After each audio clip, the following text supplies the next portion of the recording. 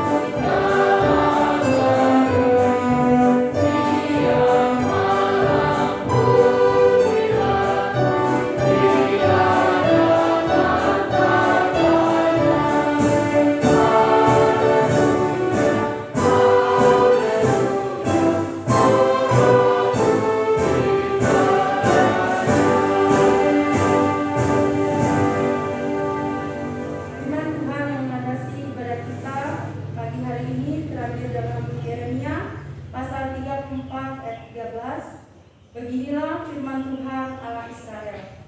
Aku sendiri telah mengikat perjanjian dengan nenek moyangmu pada waktu aku membawa mereka keluar dari tanah Mesir, dari tempat perbudakan isinya. Demikian firman Tuhan. Jemaat dipersilakan dulu. Sebelum kita masuk dalam doa pengakuan dosa, mari kita bersama-sama memuji nama Tuhan dengan pujian Al-Quran.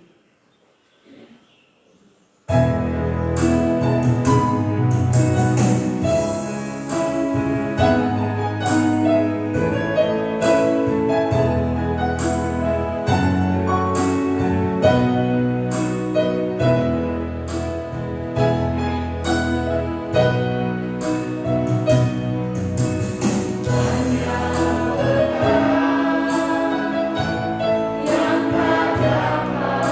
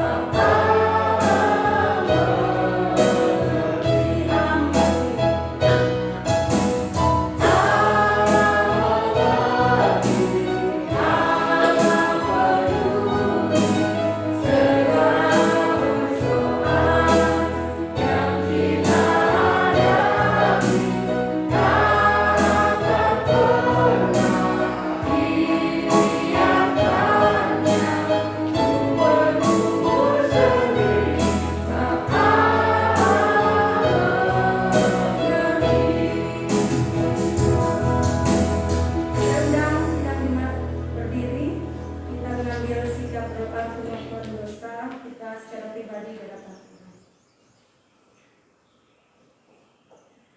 Ya Tuhan yang Maha Kasih dan Maha Murah, pada saat ini kami umat datang di hadapan hadirat-Mu dengan membawa segala dosa dan kesalahan kami yang telah kami perbuat, yang menyakiti hati orang-orang di sekeliling kami, terlebih hati manis-Mu ya Tuhan. Oleh karena itu, kami mohon pengampunan dari-Mu ya Tuhan. Dalam nama Tuhan kami Yesus Kristus kami sudah berdoa. Amin. Jemaat yang dikasihi Tuhan, saya akan bacakan berita anugerah yang terambil dalam Keluaran pasal 20 ayat 2 yang berbunyi demikian. Akulah Tuhan Allahmu yang membawa engkau keluar dari tanah Mesir, dari tempat perbudakan. Mari kita bersama-sama membaca dan mendengarkan firman Tuhan sebagai petunjuk hidup baru bagi kita semua yang terdapat dalam Yesaya 55 ayat 6 yang berbunyi 1-3. Jadilah Tuhan selama Dia berkenan di bumi, berserulah padanya selama Dia datang. Masih dalam sikap berdiri, marilah kita bersama-sama mengikrarkan pengakuan iman kita seru dengan pengakuan iman rasuli yang berbunyi demikian. Aku percaya kepada Allah, Bapa yang Maha Kuasa, Langit dan bumi, dan kepada Yesus Kristus, Anak yang tunggal dan Tuhan kita, yang dikandung dari Roh Kudus, lahir dari Maria, yang menderita sengsara di bawah pemerintahan Pontius Pilatus, disalibkan, mati dan dikuburkan, turun ke dalam kerajaan maut. Pada hari yang ketiga, bangkit pula dari antara orang mati, naik ke surga, duduk di sebelah kanan Allah, Bapa yang Maha Kuasa, dan dari sana Dia akan datang untuk menghakimi orang yang hidup dan yang mati. Aku percaya kepada Roh Kudus, gereja yang bersama, persekutuan orang kudus, pengampunan dosa, kebangkitan tubuh, dan hidup yang kekal. Jemaat silakan.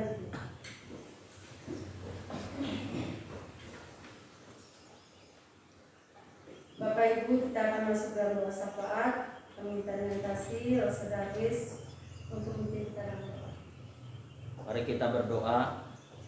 Kami mengucap syukur kepadamu ya Tuhan, karena Tuhan memberikan kami kesempatan untuk boleh datang beribadah kepadamu. Baik kami yang beribadah di gereja maupun saudara kami yang beribadah di rumah. Tuhan, kiranya Engkau boleh memberkati kami, senantiasa menguatkan kami Tuhan di tengah-tengah pergumulan hidup yang kami rasakan hari ini. Kami secara khusus terus berdoa Tuhan untuk bangsa dan negara kami, pemerintah kami Tuhan. Kiranya Tuhan yang terus menolong kami semua. Bangsa Indonesia sungguh-sungguh membutuhkan pertolongan-Mu teristimewa di masa-masa pandemi hari ini Tuhan. Berikan hikmat-Mu kepada pemerintah kami, mulai dari tingkat pusat sampai ke daerah, agar melalui hamba-hamba-Mu ini kami mampu melewati ataupun mengatasi pandemi yang sedang melanda negeri kami. Kami juga terus berdoa Tuhan untuk seluruh gereja-gereja-Mu yang terus bergumul di dalam banyak hal karena pandemi hari ini. Biarlah Tuhan menolong. Tuhan menolong seluruh jemaat Tuhan secara pribadi, keluarga, bahkan persekutuan di dalam segala kebutuhan-kebutuhan hidup yang mereka harapkan hari ini Tuhan. Bahkan seluruh pergumulan hidup mereka kami serahkan ke dalam tangan-Mu. Bahkan secara khusus juga kami berdoa Tuhan untuk seluruh jemaat kami, jemaat GKT Ebenezer Sumbawa. Kami serahkan ke dalam tangan pemeliharaan-Mu ya Allah. Kiranya Tuhan yang terus menolong mereka. Setiap mereka yang sedang sakit, Tuhan Engkau yang memberikan mereka kesembuhan. Setiap mereka yang bergumul karena pekerjaan, Tuhan juga mendengarkan doa mereka supaya mereka mendapatkan pekerjaan. Setiap mereka yang terus berjuang akan segala kebutuhan hidup di tengah-tengah pandemi hari ini Tuhan, kiranya Tuhan yang mencukupkan agar mereka terus menjalani kehidupan dalam kebutuhan-kebutuhan hidup yang Tuhan berikan kepada mereka.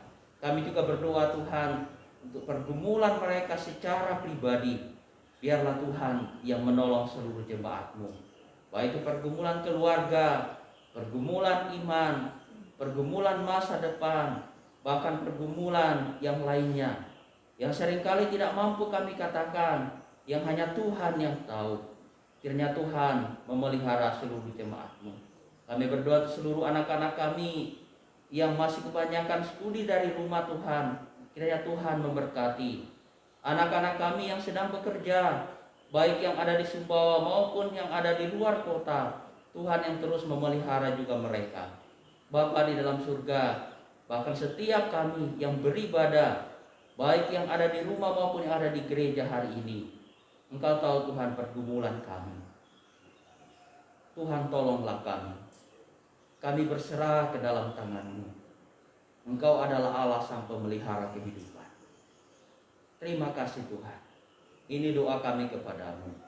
Di dalam nama Tuhan Yesus Kristus kami berdoa. Amin. Sebelum kita mendengar firman Tuhan pada pagi hari ini, mari kita memuji Tuhan dengan pujian Jangan Pernah Menyerah.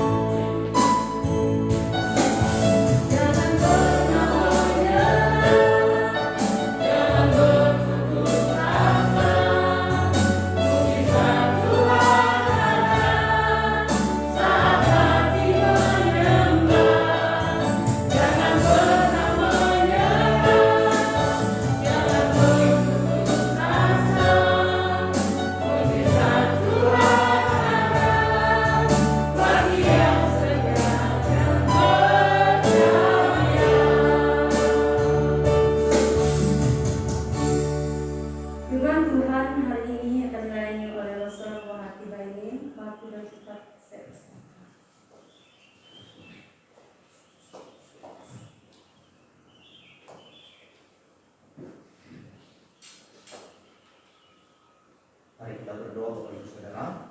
Bapak Surgawi, kami bersyukur di pagi hari ini. Terima kasih buat nafas kehidupan yang Tuhan berikan untuk kami. Terima kasih Tuhan kembali mengumpulkan kami di rumah yang kudus untuk kami sedikit menyembah Engkau. Baik jemaat yang beribadah di rumah maupun di gereja pagi ini. Kami percaya bahwa pengurapan yang baru daripada Tuhan menjadi bagian hidup kami. Dan bahkan Roh Kudus terus mengingatkan kami, memperbaharui hati dan pikiran kami, sehingga kami mengerti isi hati Tuhan di pagi ini. Terima kasih Tuhan, terpujilah Engkau. Demi nama Tuhan kami Yesus Kristus kami berdoa. Amin. Selamat pagi Bapak Ibu. Salam sejahtera dari Tuhan kita Yesus Kristus senantiasa memberkati kita semuanya. Kita bersyukur Bapak Ibu Saudara, Tuhan memberikan kita kesempatan di pagi hari ini, sehingga kita ada di rumah Tuhan. Kita bisa beribadah bersama-sama kepada Allah kita. Saya mengajak kita semua Bapak Ibu Saudara untuk membuka firman Tuhan di dalam Yeremia pasal 34. Yeremia pasal 34 ayatnya ke-13 dan 14. Saya membacakan untuk kita semuanya. Bapak Ibu mengikuti dari Alkitab Bapak Ibu masing-masing. Demikian firman Tuhan dimulai ayat 12. Lalu datanglah firman Tuhan kepada Yeremia bunyinya, beginilah firman Tuhan Allah Israel aku sendiri telah mengikat perjanjian dengan nenek moyangmu pada waktu aku membawa keluar dari tanah Mesir, dari tempat perbudakan isinya. Pada hari ke-7 tahun haruslah kamu masing-masing melepaskan saudaranya, bangsa Ibrani yang sudah menjual dirinya kepadamu. Ia akan bekerja padamu 6 tahun lamanya. Kemudian haruslah engkau melepaskan dia sebagai orang merdeka. Tetapi nenek moyangmu tidak mendengarkan aku dan tidak memperhatikan aku. Demikian firman Tuhan.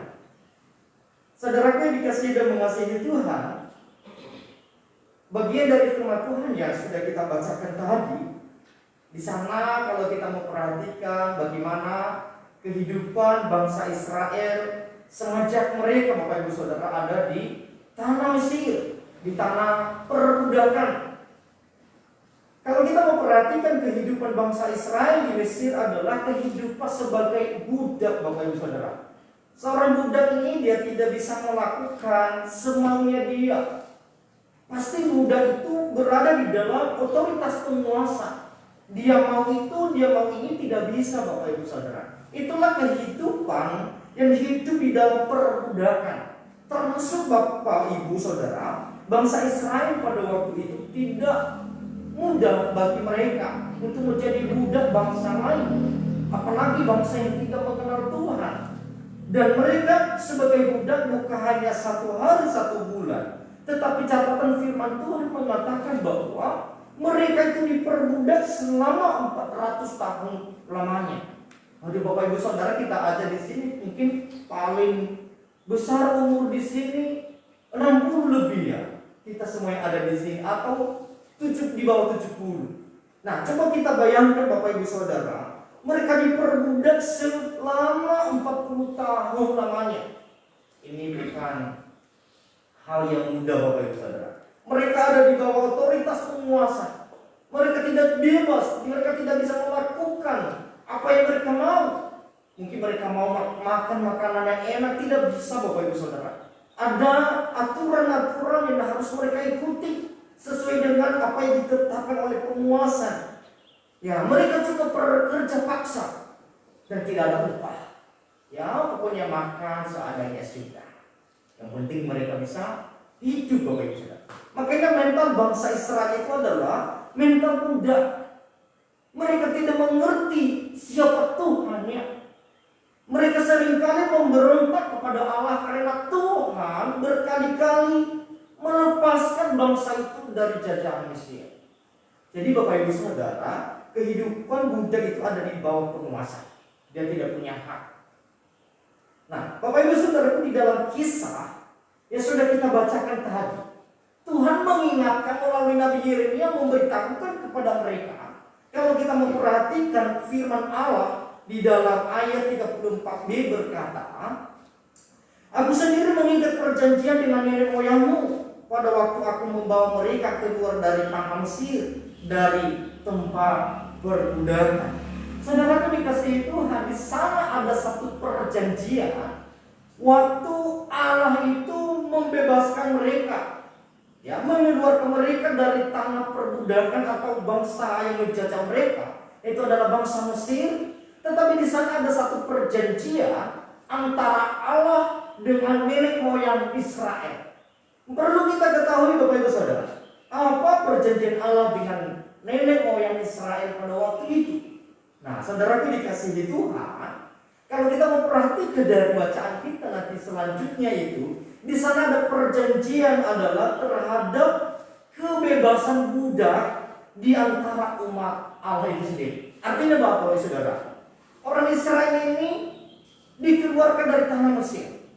Mereka berkumpul dengan Allah, mereka berada di dalam satu kerajaan Israel sendiri. Tetapi di antara umat Allah ini juga mereka memperbudak saudara-saudara seiman mereka. Nah, perjanjian itu Allah berkata bahwa harus engkau membebaskan mereka. Kalau aku membebaskan engkau dan kau juga membebaskan saudaramu, supaya mereka juga menjadi orang merdeka sama seperti engkau. Bukan karena engkau lebih hebat, bukan engkau lebih kuat, bukan engkau lebih kaya, engkau menindas yang miskin. Tidak seperti itu. Nah saudara yang dikasihi Tuhan, ini Tuhan ingatkan mereka kembali supaya mereka membebaskan budak-budak mereka dari bangsa Ibrani pada waktu itu. Nah saudara, hal penting yang perlu kita perhatikan adalah Allah yang melepaskan mereka dari perbudakan Mesir, ya, dari pekerja paksa, dan mereka juga melepaskan saudara mereka dari perbudakan mereka sendiri. Supaya apa? Supaya mereka sama-sama merdeka, menikmati kebebasan, menikmati apa yang ada di negeri mereka. Tidak ini yang lebih besar, tidak, di mata Tuhan sama-sama. Saudara, itu yang pertama. Yang kedua adalah orang Israel harus memperlakukan kepada saudara mereka sama seperti yang diperlakukan Allah kepada mereka. Artinya bahwa Allah mengeluarkan mereka dari tanah Mesir itu bukan karena usaha manusia, bukan karena jerih payah orang Israel, bukan. Tapi semuanya itu adalah hanya semata-mata anugerah Tuhan. Anugerah yang mereka terima dari Tuhan itu, anugerah kebebasan dari perbudakan ini, mereka juga harus terapkan kepada saudara-saudara mereka. Artinya bahwa budak-budak mereka dari bangsa Ibrani, dari saudara-saudara mereka ini, mereka harus lepaskan mereka sebagai warga Israel yang merdeka, supaya mereka sama-sama menikmati kebebasan itu. Nah saudaraku, sama halnya begini. Kita meyakini bahwa Allah sudah mengasihi kita. Ya, kita meyakini bahwa Allah sudah mengasihi kita. Maka kasih Allah itu kita juga harus lakukan kepada saudara-saudari kita. Siapapun itu kita harus mengasihi mereka. Itu seperti itulah yang dikerjakan oleh Allah itu, yang disampaikan oleh Allah itu kepada mereka, supaya apa yang mereka terima dari Allah itu, mereka juga harus berbuat kepada saudara-saudara mereka. Sama seperti kita hari ini, kita meyakini bahwa aku telah dibebaskan oleh Tuhan dari belenggu dosa, aku sudah dibebaskan Tuhan dari hukuman maut, aku sudah dibebaskan Tuhan dari dosa-dosaku. Maka saat ini aku mempraktikkan kasih Allah itu, dan aku mengampuni orang yang bersalah kepadamu. Saudara yang dikasihi Tuhan, kalau kita tidak bisa melakukan hal ini, maka kepercayaan kita perlu dipertanyakan. Allah yang berbuat baik kepada kita, Allah yang telah melakukan yang terbaik bagi setiap kita anak-anak Tuhan.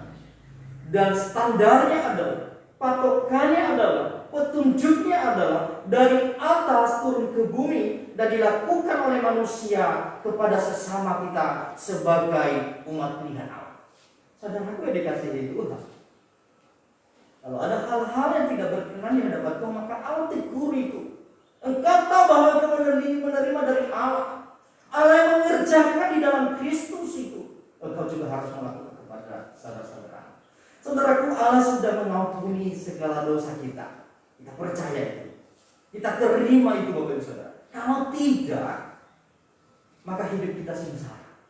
Dengan keyakinan kita percaya dengan iman bahwa Allah di dalam anugerahnya, pengampunan itu saya sudah terima. Masa kita manusia sudah dibebaskan dari dosa tidak bisa mengampuni saudara kita? Itu yang pesan dari Tuhan. Dia berkata bahwa bebaskan saudara-saudaramu, jangan memperbudak saudaramu sendiri. Engkau telah kubebaskan dari tanah Mesir, dan kau juga bebaskan saudaramu. Sama seperti kita, Bapak Ibu Saudara.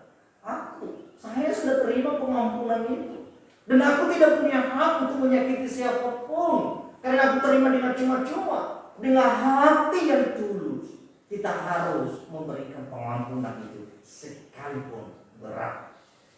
Saudara dikasihi Tuhan, Yeremia 34 ayat 14 berkata kepada bangsa Israel, hari ini kamu telah bertobat dan melakukan apa yang benar di mataku, karena setiap orang menaklukkan pembebasan kepada saudaranya, dan kamu telah mengikat perjanjian di hadapanku di rumah yang atasnya namaku diserukan.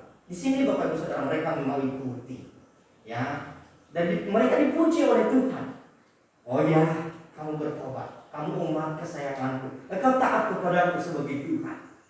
Ya, di ayat 14. Tapi Bapak Ibu Saudara tidak berhenti sampai di situ. kita melihat di ayat 15 bagaimana mentalnya orang Israel itu ya. Ayat 15 berkata, ya, tetapi kamu telah berbalik pikiran dan telah menajiskan namaku.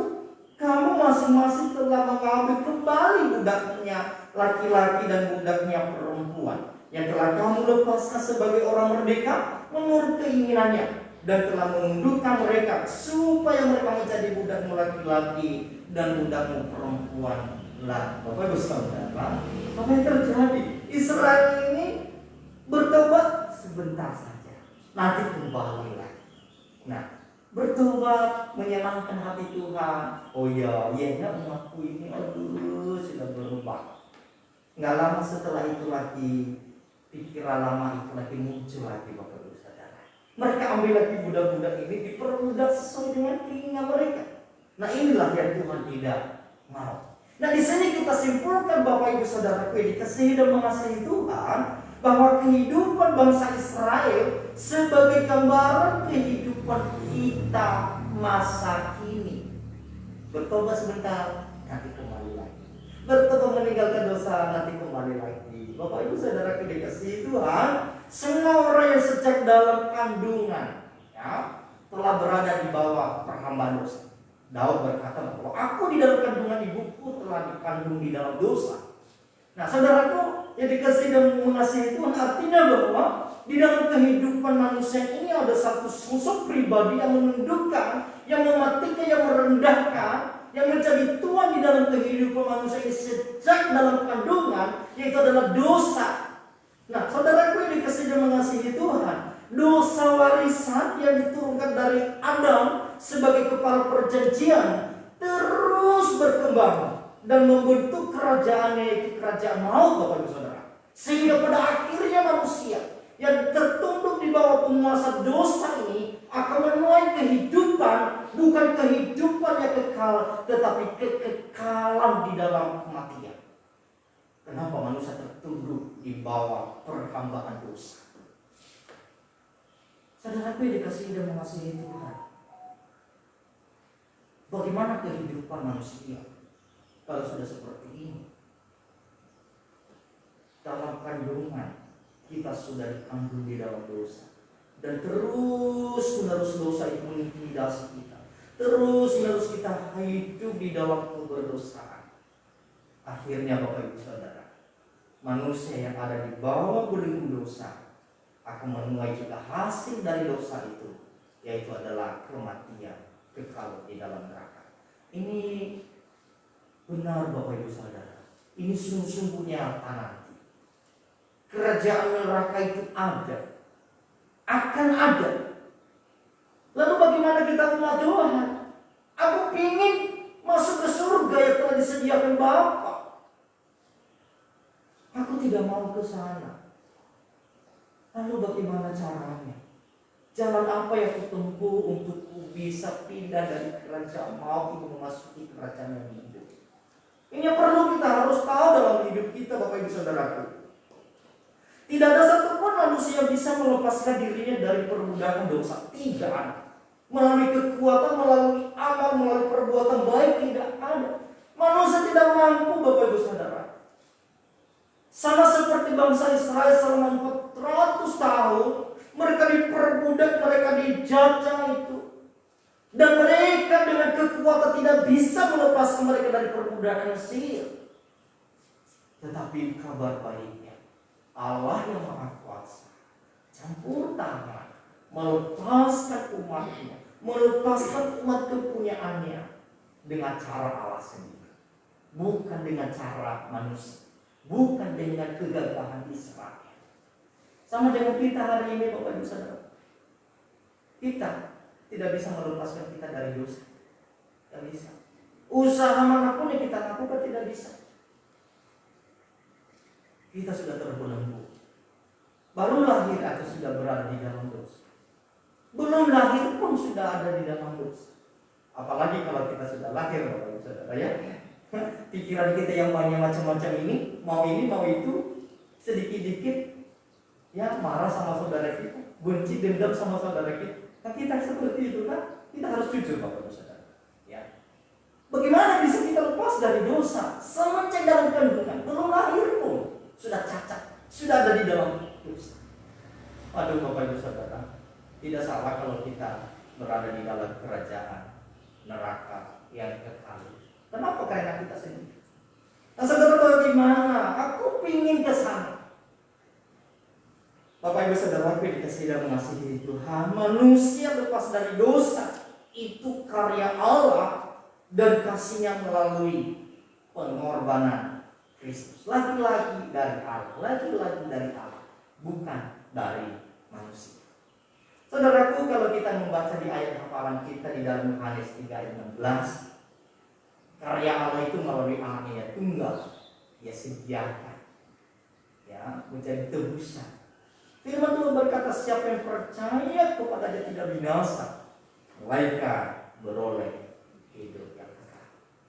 Nah saudaraku dikasihi dan mengasihi Tuhan, Filipi 2 ayat 6 sampai 8 berkata demikian. Yang walaupun dalam rupa Allah tidak menganggap kesetaraan dengan Allah itu sebagai milik yang harus dipertahankan, melainkan telah mengosongkan dirinya sendiri dan mengambil rupa seorang hamba dan menjadi sama dengan manusia, dan dalam keadaannya sebagai manusia Ia telah merendahkan dirinya dan tak sampai mati, bahkan mati di kayu salib. Saudara yang dikasihi Tuhan, di dalam keberadaan Kristus ini ya sebagai Allah, Dia tidak mempertahankan kealahannya ini, tidak. Ya semestinya itu adalah hak yang harus dipertahankan, kemuliaan yang harus dipertahankan, jubah kebesaran dan kemuliaan yang harus dipertahankan. Tetapi Kristus tidak melakukan hal itu. Dia merendahkan dirinya, mengambil rupa seorang hamba sama seperti kita, dan Dia taat kepada Bapaknya, bahkan taat sampai mati di kayu salib. Kenapa Bapak Ibu Saudara?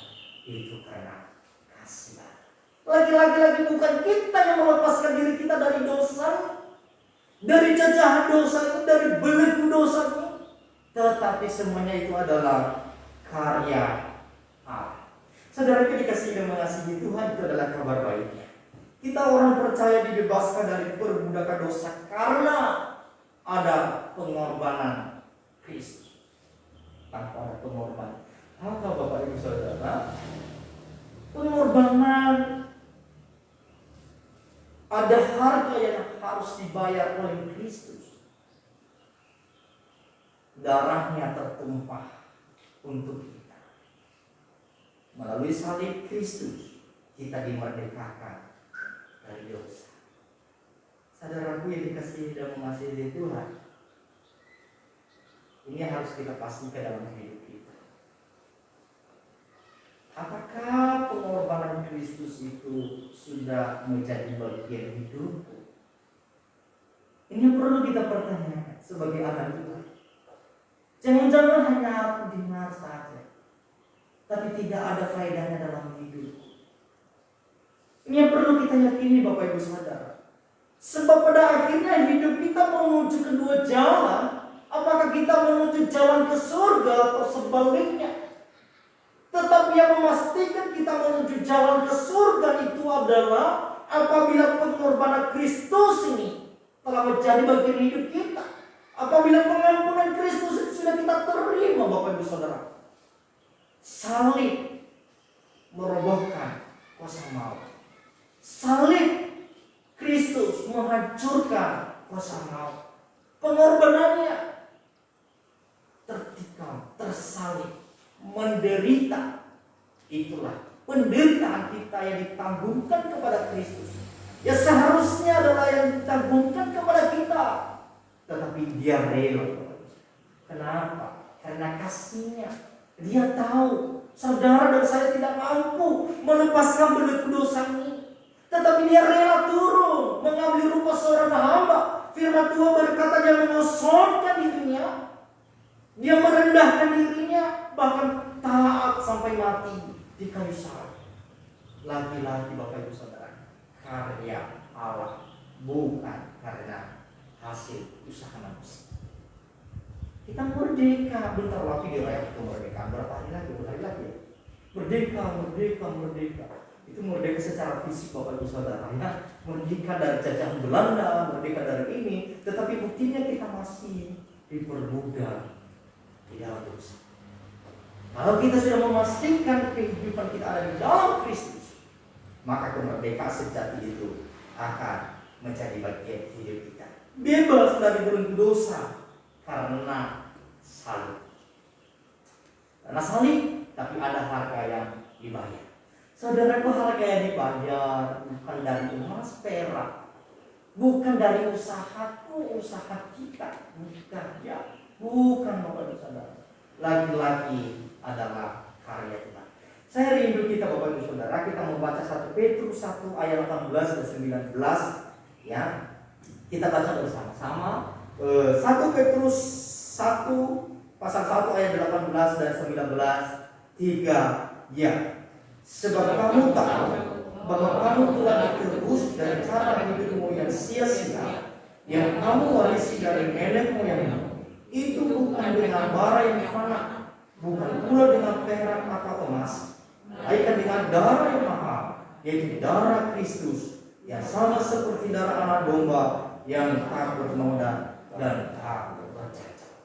Saudara dikasih dan mengasihi Tuhan, sejenak kita memikirkan sejenak bagaimana penderitaan Kristus di dalam kemanusiaannya, merasakan kesakitan, tersalib, ya, hanya membayar hutang dosa kita Bapak Ibu Saudara. Makanya kalau kita melihat di dalam Korintus, dia berkata bahwa aku telah membeli engkau, ya, bukan dengan barang, bukan dengan emas perak, melainkan darah Kristus. Darah Kristus yang tertumpah menjadi penebus. Salib Kristus ini Bapak Ibu Saudara mampu merobohkan kuasa maut, melepaskan kita. Dan di atas sana terletak kehidupan kita. Kalau kita lepas dari salib Kristus ini, mati kita Bapak Ibu Saudara. Oleh karena itu, pastikan hidup kita ada di dalam salib Kristus. Pastikan hidup kita sudah ditebus oleh pengorbanan Kristus. Baru kita merdeka Bapak Ibu Saudara. Kalau tidak, enggak. Mungkin kita merdeka enak-enak saja, tapi hidup di dalam dosa itu suatu kesia-siaan. Bapak Ibu Saudara dikasihi dan mengasihi Tuhan, apa respon kita terhadap belenggu dosa yang dilepaskan Kristus? Ini yang paling penting Bapak Ibu ya. Kita sudah tahu bahwa Tuhan sudah menebus kita semua yang ada di sini, dan Bapak Ibu yang ada di rumah dengan satu keyakinan bahwa semua kita sudah ditebus oleh Tuhan dan kita sudah menjadi warga kerajaan surga. Kita sudah dimerdekakan, belenggu kita sudah dipatahkan karena salib Kristus. Ya, kita sudah percaya kepada Tuhan. Respon kita yang pertama Bapak Ibu Saudara, percaya. Percaya dalam bagian ini adalah tidak hanya percaya begitu saja. Percaya adalah ada penyerahan secara totalitas. Yang pertama bahwa kita percaya bahwa pengorbanan Kristus telah menjadi bagian hidupmu dan hidupku. Kita percaya dulu. Ya. Kalau saya sudah percaya bahwa aku sudah dibebaskan dari hukuman dosa yang tidak bisa aku bebaskan diriku, ya, apa yang harus kuberikan kepada kita? Itu respon kita. Apa yang harus kuberikan kepada orang ini? Bagaimana aku membalas kasihnya? Hal yang tidak bisa kukerjakan dalam dunia ini, yaitu adalah sangat penting dalam hidupku yang menentukan akhir hidupku. Dalam keterbatasanku Tuhan turun. Tuhan melepaskanku dari hukuman dosa itu, memberiku hidup yang kekal. Aku umatnya sekarang, aku bebas. Apa yang bagaimana respon saya terhadap anugerah? Harus percaya kepada Tuhan. Percaya bahwa pengorbanannya Kristus telah menjadi bagian hidup kita. Yang kedua Bapak Ibu Saudara, harus taat. Artinya menanggalkan dosa dan hidup baru. Meninggalkan kebiasaan-kebiasaan lama.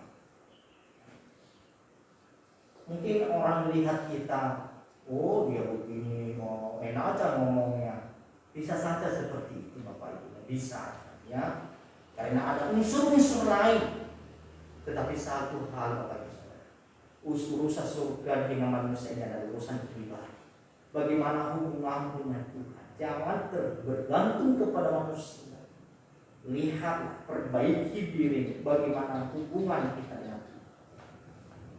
Taat, menanggalkan. Mampukah kita menanggalkan kebiasaan? Harus. Kalau tidak Bapak Ibu, hidupku dan hidupmu adalah sia-sia. Kalau tidak, kenapa kita harus taat? Ucapan syukur kita kepada Tuhan. Karena Tuhan telah memberi yang terbaik. Mungkin kalau bekerja bisa saja kita bekerja Bapak Ibu. Tetapi kalau urusan surga ini adalah urusan Tuhan hanya minta kita taat, percaya kepadanya, sudah selesai. Yang Bapak Ibu Saudara, dikasih di Tuhan. Yang kedua yang ketiga adalah ada komitmen untuk itu benar. Ada seorang yang mau diet Bapak Ibu Saudara. Dan diet itu dia mau menurunkan berat badannya supaya lemak-lemaknya dilepas Bapak Ibu Saudara. Dia tidak mau makan yang nasi dan mempertahankan itu dalam hidup. Dia tidak mau makan goreng-gorengan yang ada minyak-minyak. Dia tahan. Dan karena ada satu tujuan supaya berat badannya supaya dia sehat. Ya. Jadi Bapak Ibu Saudara, untuk komitmen untuk hidup benar memang sulit. Tetapi harus. Karena itu adalah ucapan syukur kita kepada Tuhan. Kehidupan benar itu harus. Karena Tuhan Yesus berkata, kalau kita mau perhatikan di dalam Matius 5 ayat 16 berkata, hendaklah terang bercahaya di depan orang supaya mereka melihat perbuatan yang baik dan memuliakan Bapa di surga. Tujuan hidup kita ini adalah harus ada komitmen dan hidup benar supaya kita berbeda dengan dunia ini. Hidup kita hari ini beda dengan hidup kita kemarin.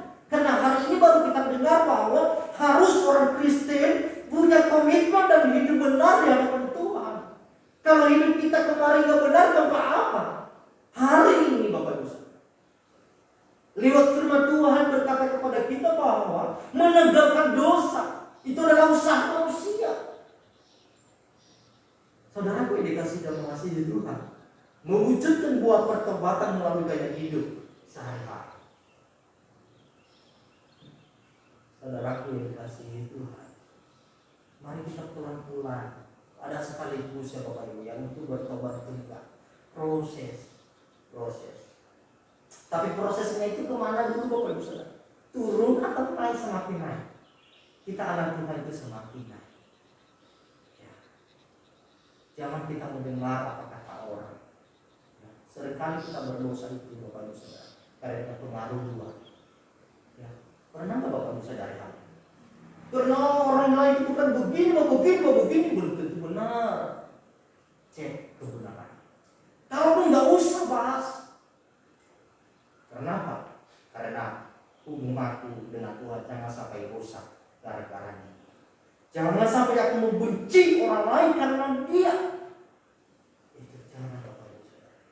Kita mencari satu pribadi yang benar. Orang lain menilai kita jelek apa? Itu kata siapa? Kata dia, bukan kata Tuhan. Semua orang itu jelek kata Tuhan. Baca nggak Roma Bapak Ibu Saudara? Semua manusia itu tidak ada yang benar di hadapan Tuhan. Ya itu kata Paulus. Nggak ada yang benar, nggak ada yang layak. Hanya oleh karena Kristus melayakkan kita. Saudara dikasihi Tuhan, mewujudkan buah pertobatan melalui gaya hidup. Ini yang harus kita lakukan dalam hidup kita.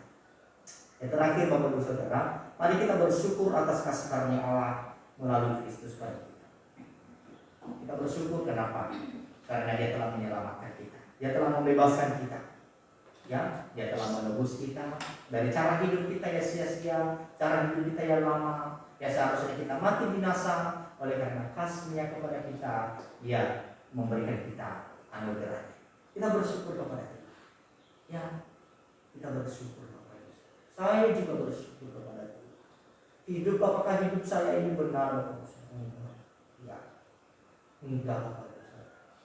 aku orang yang berdosa. Hanya karena Kristus. Hanya karena Kristus. Hanya karena Kristus. Jangan pernah menilai orang. Ya, gak baik Bapak Ibu Saudara. Gak ada gunanya. Nilailah diri kita. Bagaimana sih diriku di hadapan Tuhan. Kita harus begitu. Bapak Ibu yang dikasihi Tuhan, kita akhiri ibadah kita sebagai penutup untuk kita di pagi hari. Penutup. Mari kita baca bersama-sama sebagai komitmen. Ya, penutup 3 ya. Marilah kita hidup seperti yang Tuhan kehendaki, bukan seperti yang kita inginkan. Tuhan sudah memberikan yang terbaik untuk kita melalui kemampuan yang sempurna. Marilah kita pikirkan bagaimana kita membalas kasih-Nya. Tidak lain selain bersyukur kepada Tuhan dalam setiap ibadah kita. Tuhan memberkati Bapak Ibu. Tuhan memberkati kita. Kembali kita berdoa. Terima kasih Bapa di surga buat kasih setia. Kami mohon anugerah Tuhan. Seringkali kami memberontak dalam hidup. Seringkali kami menilai sesama kami menurut kesalahan. Tuhan, ampuni kami. Kami mau berubah, kami mau bertobat. Kami mau mengasihi Tuhan. Karena terlebih dahulu Tuhan telah mengasihi kami. Tuhan telah membebaskan kami dari hal-hal yang tidak bisa kami lepaskan diri kami. Terutama dosa kami Tuhan. Engkau mati dan kami saat ini menghormati, menghargai pengorbanan Tuhan. Tuhan di sorga, taruh rohmu di dalam setiap hati kami, di dalam pribadi setiap jemaat. Ajarkan kami mengerti kasih Allah. Ajarkan kami mengerti isi hati Tuhan. Ajarkan kami menghargai pengorbanan Tuhan dalam diri kami. Tuhan terima kasih. Sekali lagi Bapa di sorga, ampuni kami. Terima kasih buat pengorbanan. Urapi setiap jemaat-Mu.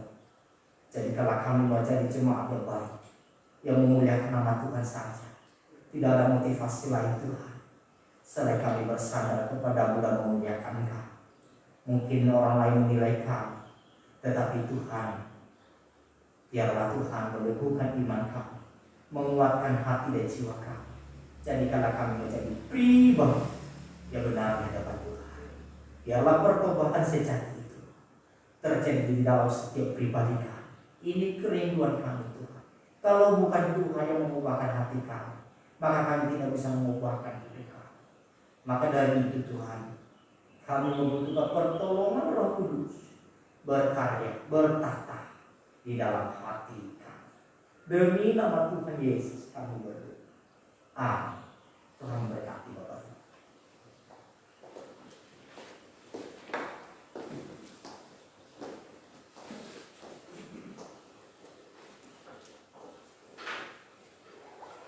Terima kasih atas firman yang telah disampaikan Pastor Rohati Bene. Semoga firman Tuhan boleh menjadi berkat bagi kita semua. Sekarang kita akan memberikan persembahan pada Tuhan. Kotak persembahan telah tersedia di depan pintu masuk bagi Bapak Ibu yang telah memberikan. Bagi Bapak Ibu yang belum memberikan persembahan dapat memberikan setelah ibadah selesai. Mari kita pujikan betapa hatiku mengiringi persembahan syukur kita pagi ini.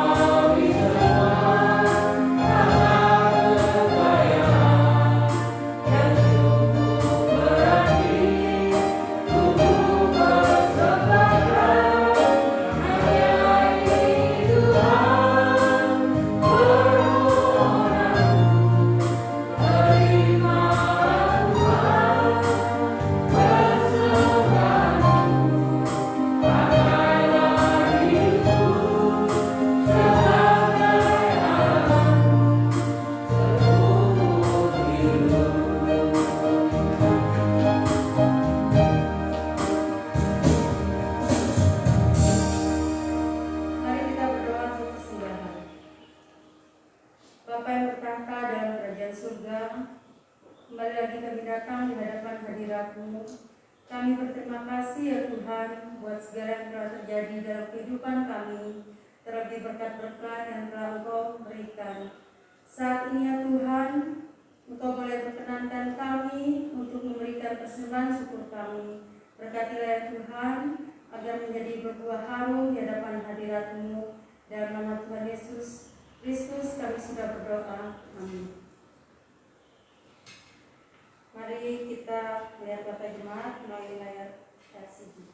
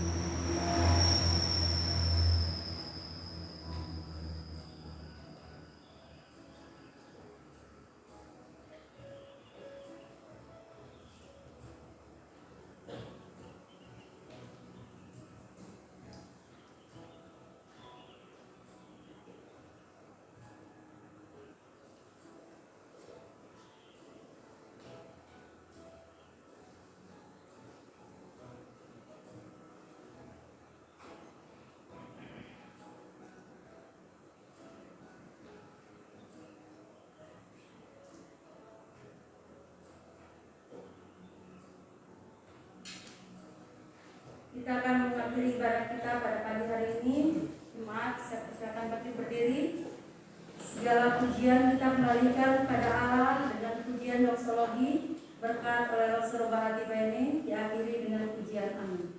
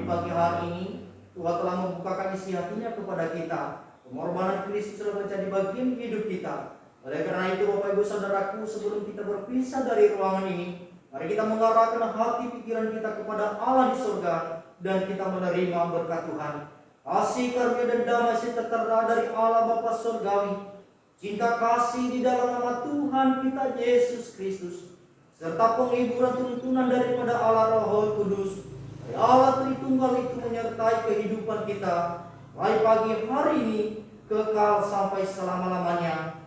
Amin.